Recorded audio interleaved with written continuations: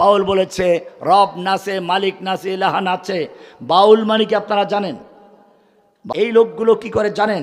চার চন্দ্র ভোজন আছে, চার চন্দ্র ভোজন। চার চন্দ্র কি জিনিস?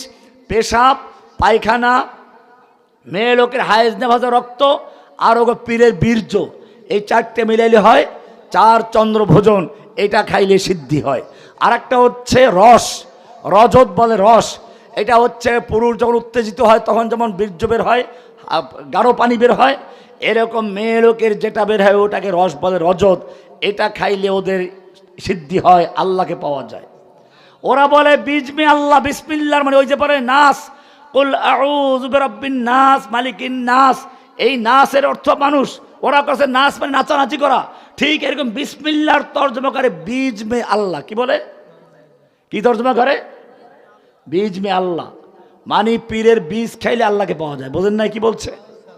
এই জন্য তারা ওই যে জিকির করতে গিয়ে বাতি বন্ধ করে, তারপরে যে নারী পুরুষ মেলামেশা করে, ওইখানে আটা ছিটেই দেয়।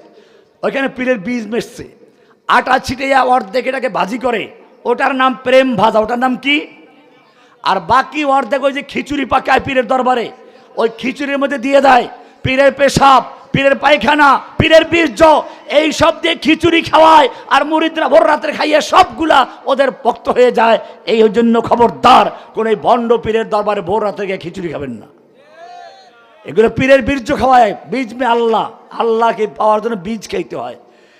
আল্লাহ নবী সাল্লাল্লাহু আলাইহি ওয়াসাল্লাম সাবধান করেছেন, বিদায় হজের ভাষণে বারবার বলেছেন, মাইয়াইশ মিনকুম বাদি ফাসায়ারা ইখতিলাফান কাসীরা, আমার মৃত্যুর পরে অনেক দল, অনেক মত দেখবে, খবরদার।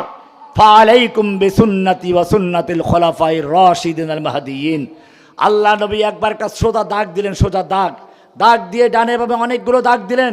এরপরে মাঝখানের দাগে হাত রেখে বললেন, হাদা সাবিলুল্লাহ, এটা হচ্ছে আল্লাহর রাস্তা, সোজা রাস্তা, আল্লাহর রাস্তা। আর এই যে রাস্তাগুলো, এগুলো শয়তানের রাস্তা। আলা কুল্লি সাবিলিন মিনা শাইতান, এই প্রত্যেকের রাস্তার সাথে সাথে শয়তান থাকে।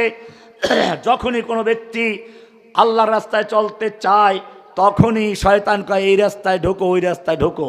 সেই জন্য মনে রাখবেন, আমি শুরু থেকে বলেছি ইসলামের মূল ভিত্তির নাম কি? তাওহীদ। মূল ভিত্তি কি? তাওহীদ। ইমানের মূল ভিত্তি তাওহীদ এক, এটা হলে এক, এটাই মূল জিনিস। তাওহীদ আছে, বাকি সব জিনিসের তাওহীদ নাই, সব গন্ডগোল আছে।